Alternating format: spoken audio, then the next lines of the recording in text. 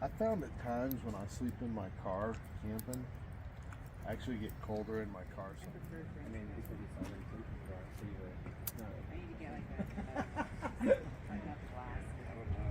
I